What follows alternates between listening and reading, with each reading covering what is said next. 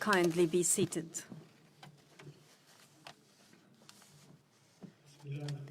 In the name of God, the gracious, the most merciful, Your Excellence, Your Majesties, Excellencies, and Highnesses, peace be upon you and God's blessings. I welcome you all to Sharm el-Sheikh Peace Summit. At this historic milestone, where we all together have witnessed the reaching of Sharm el-Sheikh agreement on ending war in Gaza, and the birth of a glimpse of hope that such deal ends an agonizing chapter in the history of mankind and opens the door, ushering in a new era of peace and stability in the Middle East. The deal offers a better morrow to the conflict-fatigued and strained regional populations. And now we receive the valorous peace leaders that attained peace in the entire world. Allow me to invite His Excellency, the American President Donald Trump, to join the peace lovers leaders who advocate for peace in the world.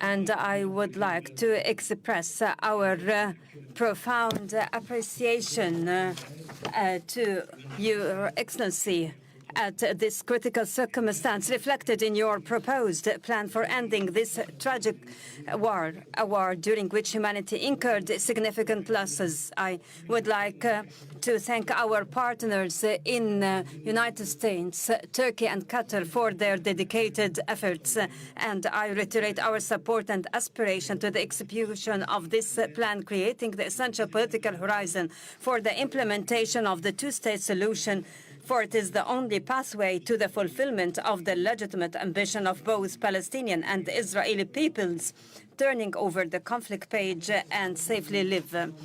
Excellency President, you have demonstrated that genuine leadership doesn't mean war waging, rather the ability to bring it to a halt. We trust your leadership that is capable to carry out the current deal and to execute your entire staged plan. Excellency President, let Gaza war be the last of wars in the Middle East. Majesties, Excellencies, and Highnesses, Egypt launched peace trajectory in the Middle East nearly half a century ago, specifically in November 1977, when the late President Anwar Sadat, may God shower him with his mercy, took unprecedented steady moves in the history of the region and initiated the historic visit to Jerusalem. Since that moment, Egypt has established a new era, granting posterities a chance for life, and proved that people's security is not only realized by military force. Today, Egypt along with its sisterly Arab and Islamic states, reiterate that peace remains our strategic option. Experience showed over the past decades that this option cannot be founded except through just and equal rights. Based on this, and if the whole regional populations have always been relishing the right to their independent nations, the Palestinian people is not an exception. They too have the right to self-determination and to aspire for a future where war doesn't loom over, own the right to enjoy freedom and to live in their independent state, a state that lives side by side with Israel in peace, security, and mutual recognition. Peace is not only crafted by governments, but also built by peoples when they realize that yesterday's rivals could be tomorrow's partners. I avail this opportunity to appeal to the Israeli people. I say, let us turn this historic moment into a new beginning of just and peaceful coexistence prevalent life. Allow us to look forward together to a better future for the sons of our nations. Together, stretch out our hands for our cooperation towards a just and durable peace for the entire regional populations. Excellency President Trump, let us pause at the scenes of overwhelming relief and happiness, whether down the streets in Gaza or in Israel alike, or in the entire world, after reaching the war-ending agreement. Thanks to your wise initiative, it is another evidence to the people's option is peace. We value as well your interest in resuming life in Gaza. Egypt will work with the United States and in coordination with all partners during the forthcoming days to lay down the common grounds for proceeding towards the Strip reconstruction without delay. In this context, we are willing to host early recovery, reconstruction and development conference, which will be based on your plan for ending the war in Gaza, in order to provide livelihoods and to give hope to the Palestinians on their lands. Peace cannot be completed until hands are extended for rebuilding in the aftermath of devastation.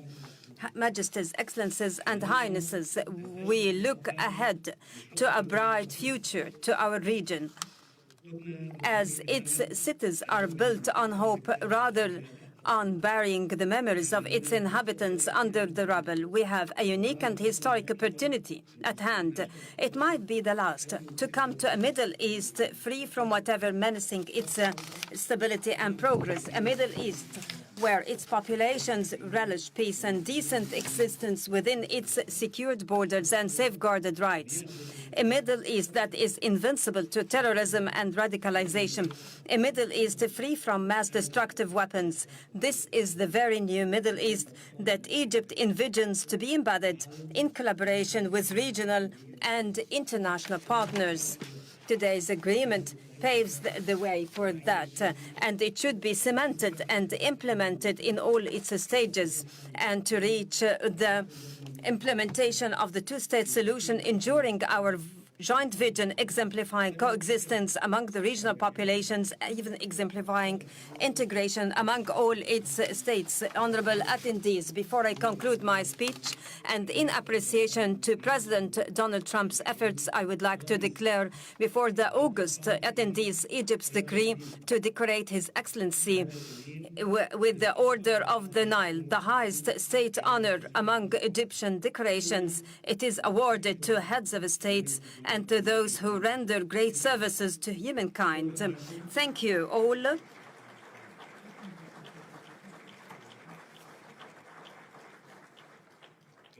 Now I invite the honorable guest to deliver his speech. Excellency President Trump, kindly proceed. The floor is yours.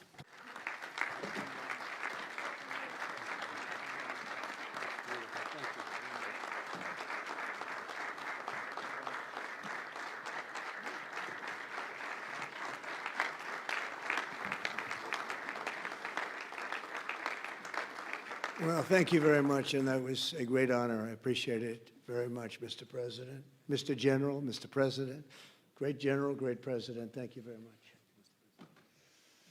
This is the day that people across the region and around the world have been working, striving, hoping, and praying for. They have done things over the last month that I think were really unthinkable. Nobody thought this could happen. With the historic agreement we've just signed, those prayers of millions have finally been answered. As you know, the hostages have been returned, and further work goes on having to do with the, sadly to say, bodies. Together we've achieved what everybody said was impossible. At long last, we have peace in the Middle East, and it's a very simple expression, peace in the Middle East, and we've heard it for many years, but nobody thought it could ever get there, and now we're there. I want to congratulate everybody sitting in these first few rows and standing behind me. I don't know why they chose to stand, but I promise I'll make it short, okay? We are not going to keep you standing for long. These are great leaders. After years of suffering and bloodshed, the war in Gaza is over. Humanitarian aid is now pouring in, including hundreds of truckloads of food, medical equipment, and other supplies, much of it paid for by people in this room. Civilians are returning to their homes. The hostages are reuniting. I mean, it's beautiful. I'm just watching it backstage. The level of love and sorrow, I've never seen anything like it. It's amazing when you see they haven't seen their mother, their father. They haven't seen them in such a long time, and they lived in a tunnel, a very little tunnel, very deep. And the level of love is just incredible. It's a beautiful thing to see. It's, in one sense, it's so horrible that it could have taken place, but in another sense, it's so beautiful to see. A new and beautiful day is rising, and now the rebuilding begins. The rebuilding is maybe going to be the easiest part. I think we've done a lot of the hardest part because the rest comes together. We all know how to rebuild, and we know how to build better than anybody in the world. I want to express my tremendous gratitude to the Arab and Muslim nations who helped make this incredible breakthrough possible. And you really did. To President El-Sisi of Egypt, who is so generously hosting us today. And I want to thank you for the outstanding job your country is doing in so many different ways and for helping us so much with this peace agreement. I also want to thank the President for the escort of 6 fighter jets. Oh, we looked out the window, we said, I hope they're friendly, and they turned out to be very friendly. But we had 3 on each side, and they are beauties right out of the great, really American manufacturing hub. We make the greatest military equipment in the world. We have the strongest military in the world by far. And I knew exactly what those planes were, and I knew exactly how much you paid for those planes, too. You paid a lot, but you got a pretty good deal. And they are great planes, and we just appreciate it. That was quite an escort in. That was very impressive. But Air Force One was really, it was covered with Egyptian desert just a few months ago. If you think about it, just a few months ago, it was Egyptian desert, and now it was just a few feet off our window. And it was a spectacular sight, and I appreciate it very much. Really, that was pretty good. You got our people by surprise. I don't know if they were thrilled right at the beginning, but they were thrilled as we sailed along very, very calmly and safely. And I'm deeply honored to receive from you, Egypt's highest state honor, the Order of the Nile. The Nile is so beautiful, so magnificent. It's such a beautiful title, the Order of the Nile. Thank you very much, Mr. President. Appreciate it. Great honor. I also want to give a very special thanks to the Emir of Qatar, a man who's outstanding. He's been a friend of mine for a long time, long before politics, and he's a fantastically respected man.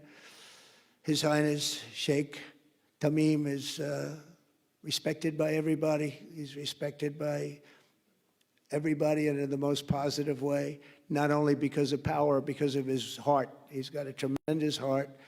And he's a great leader, and his country loves him. Thank you very much for being here. It's an honor.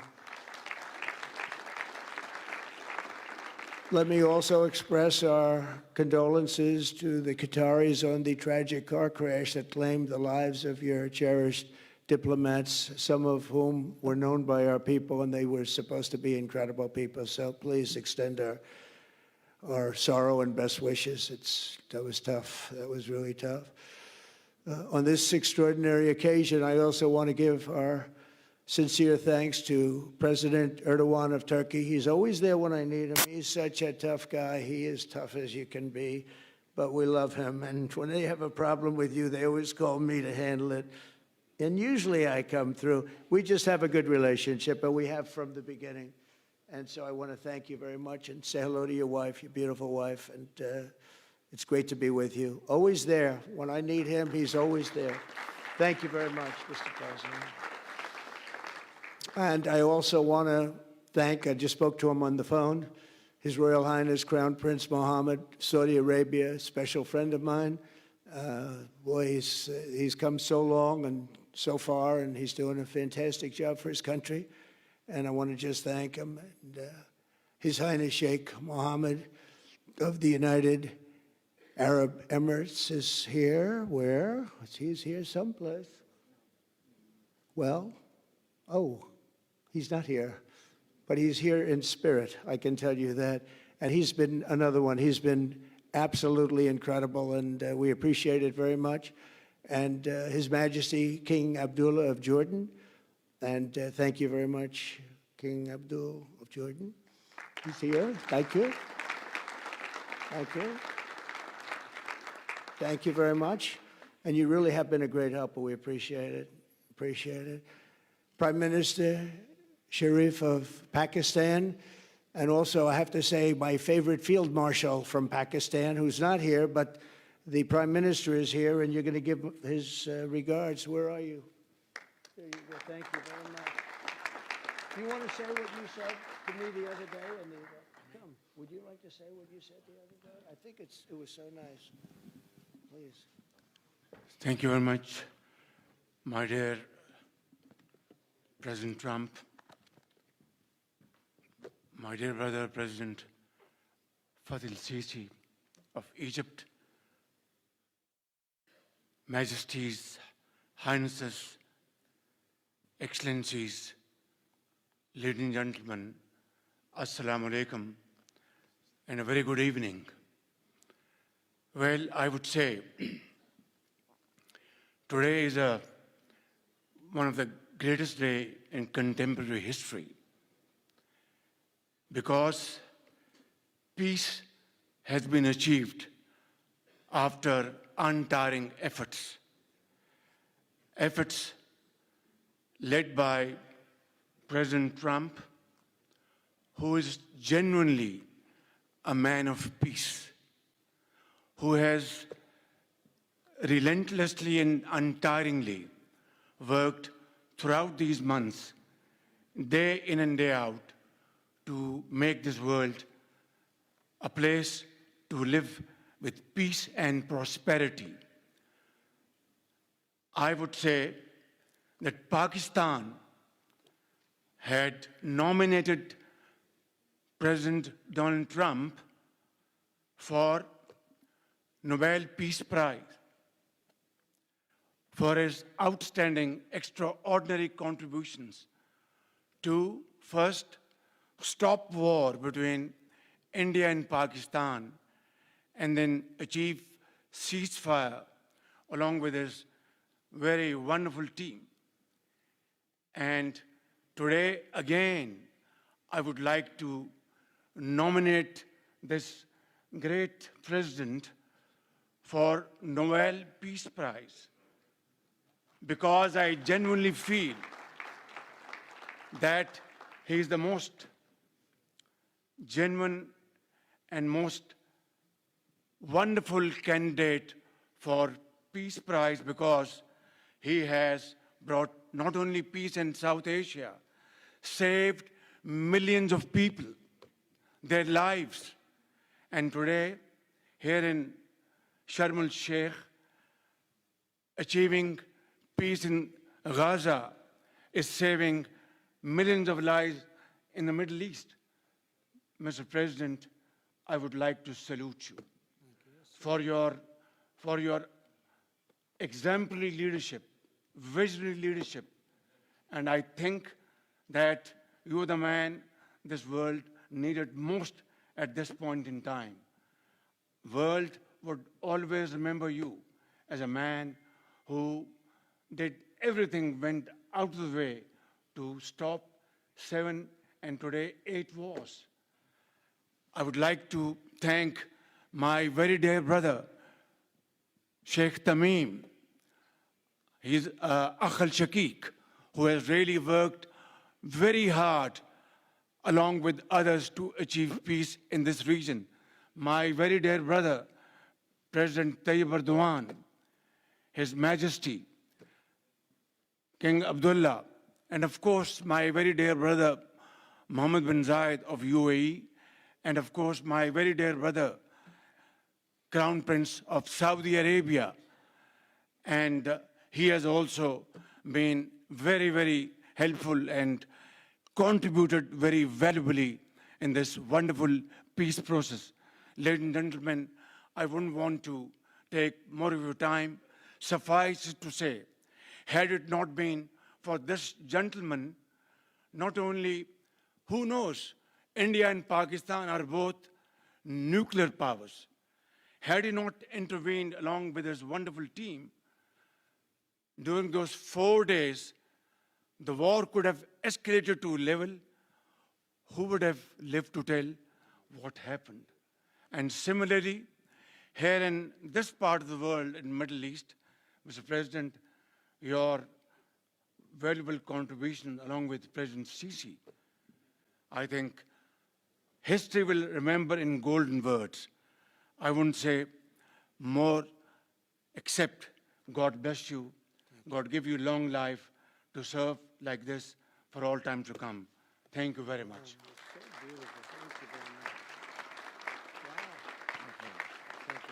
Very kind.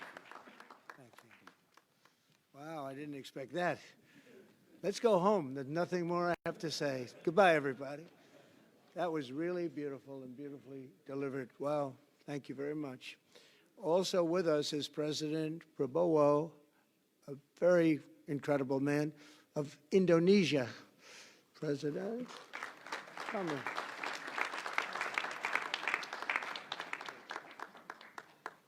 Great job. President Abbas of the Palestinian Authority. See, we have them all. We have them all. Great, great. It's good to have you.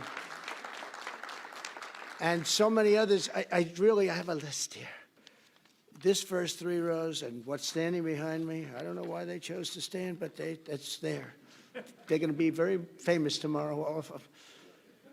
We have the Arab League is represented by His Excellency, and thank you very much for being here. Thank you very much. We have Armenia, and Azerbaijan. That's a little war that we stopped. That's a little war. There they are. Look at them. They're sitting. When I met with them, it was in the Oval Office. They fought for like 31 years or some crazy number. And they had one sitting on that side of the Oval Office, one sitting. By the time we finished in 1 hour, they were both hugging each other. And now they're friends and they're getting along great. Look at it. So I want to thank you both. That's incredible. Really incredible. So you have Armenia and you have Bahrain, you have Canada. It's so great to have, in fact, the president called and he wanted to know if it's worthwhile. He knew exactly what it was. He knew the importance. Where's Canada, by the way? Where are you? Where are you? He knew the importance of this. He said, I want to be there. So many people have done that. They called. I mean, they heard about it. And these are not people that can do that very easily. They have pretty big schedules to put it in mind. The most powerful people. And I appreciate you being here very much, Mr. President. Fantastic. Fantastic. And Cyprus, Egypt, the European Union, it's a lot of countries. France, thank you very much, Emmanuel. I would imagine Emmanuel standing someplace behind me. Where is he? I can't believe it. You're taking a low-key approach today. He's my friend. That's great. Good job. Thank you very much, Emmanuel. Germany, the new Chancellor of Germany he's easy to spot because he's very tall and he's very smart and he's doing a fantastic job for his country. Appreciate it very much. And congratulations, a big election. That was a big one. That was going to change things. Greece, we have Greece. We have Hungary. Oh, Victor, where is Victor? Victor. We love Victor. Victor, I call him. You know, I put the little accent on it. You are fantastic, all right? I know a lot of people don't agree with me, but I'm the only one that matters. You are fantastic. He's a great leader. I endorsed him the last election he had, and he won by 28 points. So you're going to do even better this time. You have another election, and you're going to do great, and we appreciate it, and we're behind you 100%. That's Hungary. India is a great country with a very good friend of mine at the top, and he's just done a fantastic job. And I think that Pakistan and India are going to live very nicely together, right? That's not a very, they are. And they're two great, I'd say, leaders, great leaders as far as I'm concerned. Indonesia, we covered, and I just want to say that that's a big country, a powerful country. It does unbelievably well, and it's great to have you. Iraq, we have Iraq with lots of oil. They have so much oil, they don't know what to do with it. That's a big problem when you have so much, you have no idea what to do with it. So thank you very much thank you very much. Italy, we have a young woman who's, I'm not allowed to say it because usually it's the end of your political career if you say it. She's a beautiful young woman. Now, if you use the word beautiful in the United States about a woman, that's the end of your political career, but I'll take my chances. Where is she? There she is. You don't mind being called beautiful, right? Because you are. Thank you very much for coming. We appreciate it. She wanted to be here, and she's incredible, and they really respect her in Italy. She's a very successful politician. We have Norway. Oh, Norway. Norway. What happened, Norway? What happened? Where's Norway? Where is he? We have Johnny. We're going to the World Cup. I can tell you that. Where's Norway? I don't think he wants to stand. Oh, he's back there. Well, we have Norway. Oman. Again, we have Paraguay. We have really fantastic representative from Saudi Arabia. Thank you very much. I'll tell you what, and this time we'll get you the best seat. He always gets the best seat. He deserves the best seat. But what a great place it is. Spain. Where's Spain? Are you guys working on him with respect to the GDP? We'll get close. We'll get close. But fantastic job you're doing. And UAE, which is great. United Kingdom. Where's United Kingdom? Where's our friend? Where? Come here. Is everything going good? Very good. That's very nice that you're here.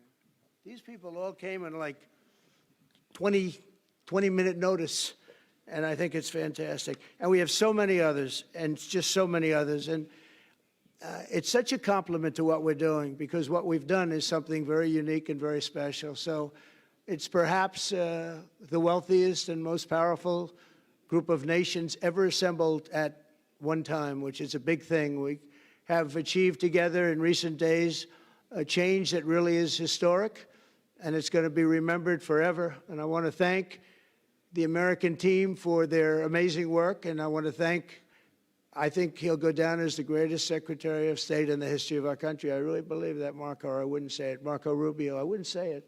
Maybe I would. You're doing a great job. I'll tell you, he's on course to do it. We've done a lot of work in 9 months.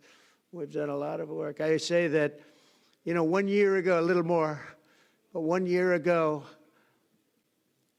America, the United States of America was it was a dead country.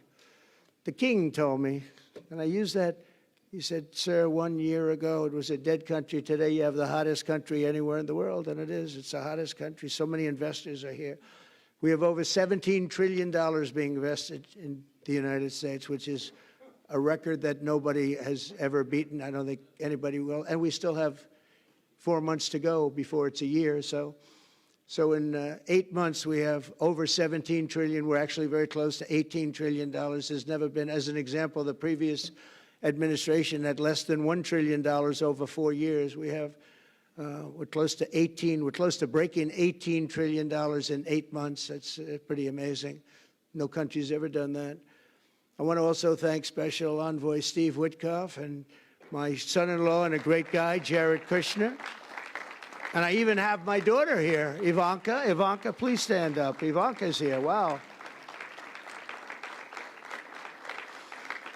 Thank you. Thank you, Ivanka. We have a great team, and we have, as you know, General Raisin Kane. We have John Radcliffe. We have Tom Barrack. We have really a lot of good talent. We have Pete Hegseth, who's now Department of War as opposed to Department of Defense. We made a little change. Somehow I like the name better, so do you, so do a lot of people. But the momentous breakthrough that we're here to celebrate tonight is more than the end of the war in Gaza. It's with God's help, it'll be the new beginning for an entire beautiful Middle East. From this moment forward, we can build a region that's strong and stable and prosperous and united in rejecting the path of terror once and for all. We want to get rid of the terror and get on to other things. There are many other things in life that are so good. The final sprint to this deal began less than 3 weeks ago on the sidelines of the United Nations in New York. I met with many of the people in this room, and it all just started coming together. I've known so many of you for so long. You're friends of mine. You're great people. I have a couple I don't like in particular, but I won't tell you who. I have actually a few of them I don't like at all, but you'll never find out who they are. Well, maybe you will, come to think of it. But I have most of you who I like a lot and I respect a lot. Maybe that's more important. We listened and we exchanged ideas and we kept pushing forward until the job was done. And the first steps to peace are always the hardest. And today we've taken them and we've put them all together and we've come up with this beautiful mix like nobody thought was possible. And as you know, I've just come from Israel. It was an amazing day to watch the hostages come in and to watch all of the other things and do all of the other things that we did. And like all of us here this evening, the Israeli people are overjoyed that the war has ended. Many of you have had dancing in the streets. They had dancing in the streets. And they've been dancing for weeks now once they heard about this and they heard that it was even a possibility. They're elated at the arrival of the hostages and excited to begin this new chapter for the entire region, and it's going to be that. And they are going to be great partners, and I hope everybody's going to join the Abraham Accord. I like to say the Avraham.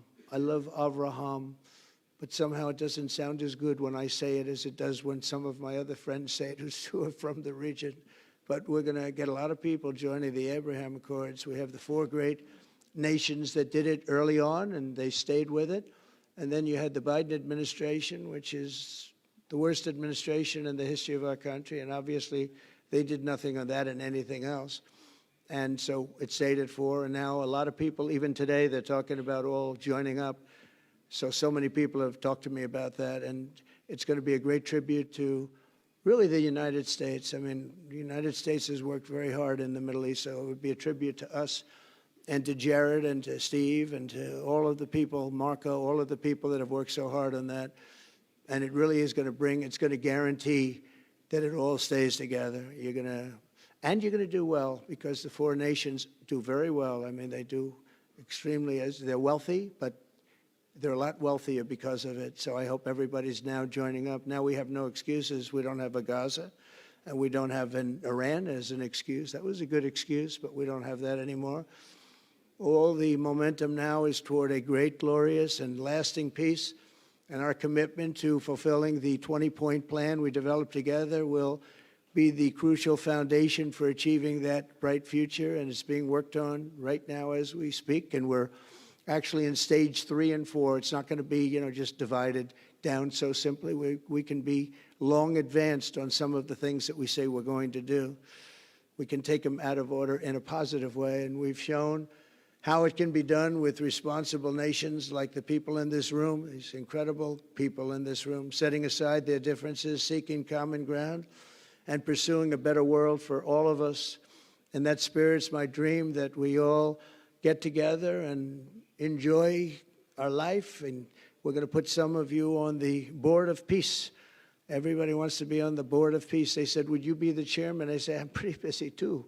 But whatever we can do to have peace in the Middle East, it's worth it. But everybody wants to go on the Board of Peace, so we're probably going to enlarge it. We're going to get, and the leaders, the top people, the top leaders, they want to be on the Board of Peace. A beautiful term. At first I wasn't sure, and then I realized how beautiful it is.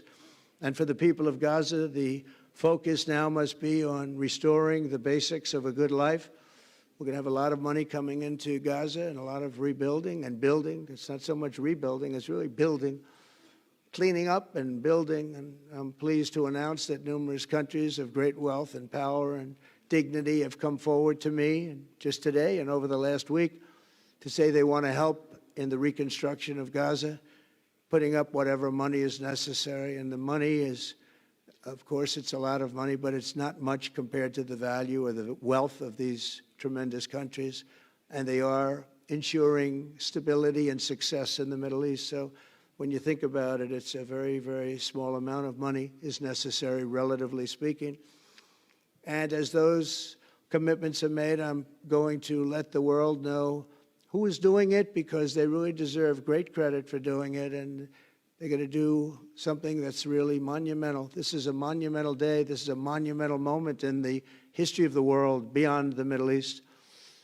We've all agreed that supporting Gaza must be done to lift up the people themselves, but we don't want to fund anything having to do with bloodshed, hatred, or terror, as has happened in the past. And for the same reason, we're also agreed that Gaza's reconstruction requires that it be demilitarized and that a new, honest civilian police force must be allowed to create a safe condition for the people in Gaza. As I said earlier, I intend to be a partner in securing a better future. We're going to be working, you're going to be working with the United States, and we're going to make sure that the Middle East is going to be a safe and secure place. It's a very important place in the world, means so much. There were so many people who said the Middle East, and this has been going for many, many decades. I've read it many times, that World War III will begin in the Middle East. It's not going to happen. That's not going to happen. There was a time that you would have thought it could have, but it's not going to happen. There won't be World War III, hopefully at all, but it's not going to start in the Middle East. We're not going to have a World War III if we're smart. There'll never be a World War III. Our work begins right here and right now. From ancient times, this region has been extraordinarily mixed with respect to people, culture, religions, all of the different elements of national characters, unlike maybe anywhere else on earth. And for 3,000 years, there's been conflict. For whatever reason, there's been tremendous conflict, always conflict. But today, for the first time anyone can remember, we have a once-in-a-lifetime chance to put the old feuds and bitter hatreds behind us. And that's why so many people in this room, they didn't get along. Some did, some didn't, but they're getting along now. This has brought the people together. This is the first time the Middle East crisis has brought people together as opposed to driving them apart. And to declare that our future will not be ruled by the fights of the generations past, which is foolish. So together, let us continue in the spirit of cooperation and goodwill that has finally brought us to this incredible, historic breakthrough. If we do together, we will reach the Middle East's incredible destiny, a safe and prosperous and beautiful crossroads of culture and commerce, faith in humanity and geographic center. This will be the geographic center of the world. So I just want to thank everybody for being here. I want to thank you all for what you've done and for this quick notice. It all came together just at one little period. It just came together. It's the greatest deals happen that way. If you do anything about deals, that's all I've done all my life is deals. The greatest deals just sort of happen. And that's what happened right here. And maybe this is going to be the greatest deal of them all, not just nation building, not just having to do with this or the political whims. This will be maybe the greatest deal of them all, period. And I want to thank all of you and all of these great nations and this region for what it's gone through and all of the fights it's had, or life over death and hope over strife and harmony over hatred. That's what we want. We want it to be that way because together we're going to forge a magnificent, great, and enduring peace. I want to just end by saying God bless you all. God bless the Middle East. God bless your countries, and God bless you. Thank you very much, everybody. Thank you. Thank you very much. Thank you.